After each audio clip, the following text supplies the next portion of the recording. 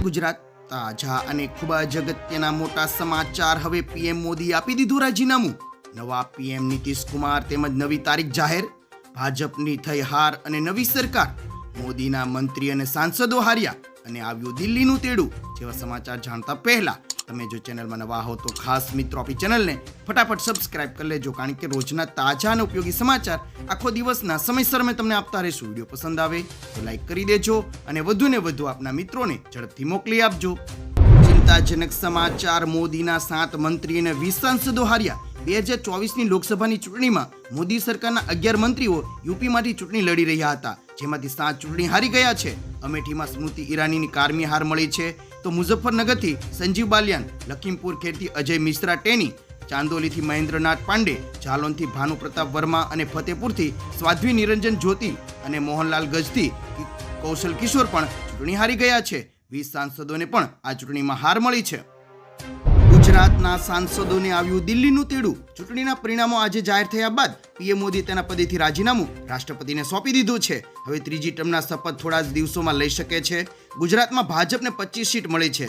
આજે ગુજરાતના તમામ સાંસદોને દિલ્હી બોલાવવામાં આવ્યા છે. સર્ટિફિકેટના આધારે સાંસદોનું રજીસ્ટ્રેશન કરવામાં આવ્યું છે. પીએમ મોદી અને અમિત શાહ સાથે શુભેચ્છા મુલાકાત કરે તેવું જાણવા મળ્યું છે. ખાસ મિત્રો એ છે કે ગુજરાતમાં ભાજપની હેટ્રિક મારી શક્યું ન હતું. ગુજરાતના સીએમએ આભાર વ્યક્ત કર્યો. ગુજરાતમાં બીજેપીના ઉમેદવારોનો વિજય થતા ભૂપેન્દ્ર પટેલે તેને શુભેચ્છા પાઠવી અને કહ્યું કે લોકસભા ચૂંટણીમાં ગુજરાતમાં ભાજપના ઉમેદવારોને મતદારોએ બહુમતીથી વિજય અપાવ્યો છે. અમુક બેઠક પર તો 7 લાખથી વધુ અને 5 લાખથી વધુ બહુમતીથી વિજય મળ્યો છે. વડાપ્રધાન નરેન્દ્રભાઈ મોદીના વિઝનથી નેતૃત્વ અને ભાજપ પ્રત્યે અવિરત અપાર સ્નેહ વરસાવવા બદલ ગુજરાતના તમામ નાગરિકોનો ખૂબ ખૂબ આભાર. ભાજપની હાર સ્વીકારી આપ્યું રાજીનામું. બીજેપીના નેતા દેવેન્દ્ર ફડણવીસે ડેપ્યુટી સીએમ પદ પરથી રાજીનામું આપવાની ઓફર કરી છે. મહારાષ્ટ્રમાં હારની જવાબદારી લેતા તેમણે કહ્યું, હવે હું પાર્ટીના મજબૂતી માટે કામ કરીશ.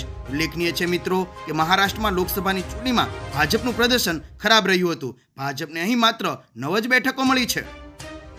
ત્યારબાદ હવે દબાણની રાજનીતિ શરૂ અને નીતિશ કુમારે મૂકી શરતો. લોકસભાની ચૂંટણીમાં હાલ એનડીએ માટે મહત્વના ખેલાડી તરીકે ઉભરી આવેલા જેડીયુના ચીફ નીતિશ કુમાર દિલ્હી પહોંચી ગયા છે. તેણે એનડીએ સમક્ષ સરકાર બનાવવા માટે સમર્થન આપવા માટેની અમુક શરતો મૂકી છે.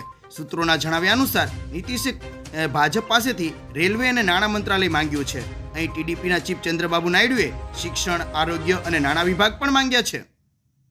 મહત્વના સમાચાર. અને મુખ્યમંત્રીએ આપી દીધું રાજીનામું. વિધાનસભા ચૂંટણીમાં કારમી હાર બાદ ઓડિશાના મુખ્યમંત્રી નવીન પટનાયકે પદ પરથી રાજીનામું આપી દીધું છે.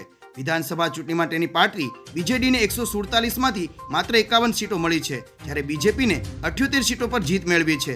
આઈએનસીને 14 અને આઈએનડીને 3 બેઠકો મળી છે, જ્યારે સીપીઆઈને 1 બેઠક પણ પ્રાપ્ત થઈ છે. ત્યારબાદ મહત્વના સમાચાર. સરકાર તો બનશે જ. નીતિશ કુમાર. લોકસભાના પરિણામોના બીજા દિવસે નીતિશ કુમાર આજે દિલ્હી પહોંચ્યા છે. નીતિશ કુમાર અને ચંદ્રબાબુ નાયડુ આજે રાષ્ટ્રપતિને એનડીએનું સમર્થન પત્ર રજૂ કરી શકે છે.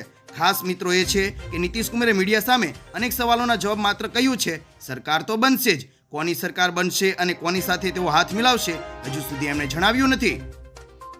હવે નવી સરકારને લઈને આવ્યા સૌથી મોટા સમાચાર. એનડીએ સરકારની રચનામાં ગઠબંધનના નેતાઓને દાવપેચ જોવા મળી રહ્યો છે. આ સૂત્રો દરમિયાન જાણવા મળ્યું છે અને સમાચાર આવી રહ્યા છે કે ટીડીપી સરકારના ઘણા મહત્વપૂર્ણ વિભાગોની માંગ કરી છે. દર 2 સાંસદો માટે 1 મંત્રીની માંગણી પણ થઈ છે. આમાં તેણે નાણાં એટલે રાજ્ય વિભાગ, આરોગ્ય અને માર્ગ પરિવહન, શિક્ષણ જેવા વિભાગોની માંગી શકે છે. ટીડીપીની નજર પણ સ્પીકર પદ પર પણ છે. ખૂબ જ અગત્યના અને સૌથી મોટા સમાચાર. પીએમ મોદીએ પદ પરથી આપી દીધું રાજીનામું. છેલ્લા કેબિનેટની બેઠક કર્યા બાદ વડાપ્રધાન નરેન્દ્ર મોદી રાષ્ટ્રભવન પહોંચ્યા છે. અહીં તેમણે રાષ્ટ્રપતિ દ્રૌપદી મુર્મુને પોતાનું રાજીનામું સોંપ્યું છે. રાષ્ટ્રપતિ દ્રૌપદી મુર્મુએ તેનું રાજીનામું સ્વીકારી પણ લીધું છે. તેમણે કેબિનેટનું વિસર્જન કરવાની ભલામણ કરી છે. શપથ ગ્રહણ સુધી મોદી કાર્યકારી વડાપ્રધાન રહેશે. મોદી 8 જૂને ત્રીજી વાર વડાપ્રધાન પદના શપથ લઈ શકે છે.